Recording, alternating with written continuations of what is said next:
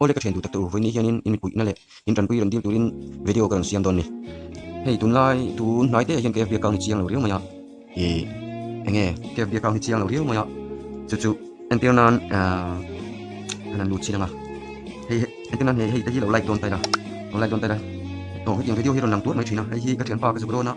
video thalo i post a i ang sem che ni thum lai sem don che ni aron tia eng tiang ho te hi video thalo aron ti chu nia eng ho te hi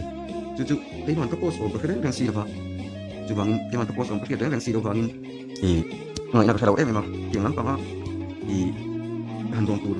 ang chi ka khere tu lawa chu bangin yen mi pui den in alo kan fu nam pata ka me lo tan pui tu te nam pata chen mi hi kram siam to me ni video toy mi FB ka khoina re be to a ka kang hi chiang ti ka ba anh kia năng các password phía in các câu làm lưu tâm một lẽ ô cái gì à thì chỉ đạo cho nên hiện tại đang lưu này hay password bị tu các kiểu vấp ôm phục khai box gì được không thì vào như này nhưng xem thủ cho cái này là ta làm ta thì password mi in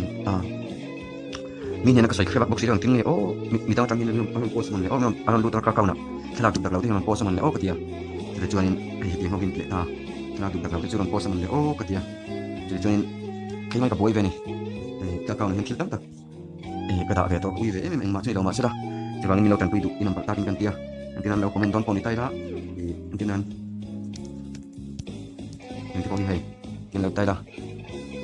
thì nó rất mình chỉ là ông rất chi hẳn hay ông làm rất mình thì bằng in tiền công khai được thế mình nghe tiền công khai được làm cho nên ở đó này tin cả hay chỉ là làm post tụ các postของเขาเราเห็นที่post mình thấy nhiều thì chẳng chỉ là cái đó này rồi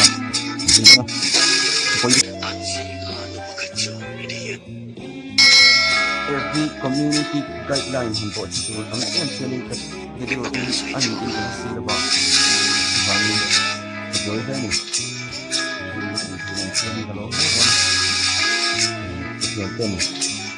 lingkungan itu saya nampak ni phone number kita kalau tahu lah mana di kami berdoa ni dia phone number kita kalau tahu lah mana jadi phone itu ini nam ini nam saya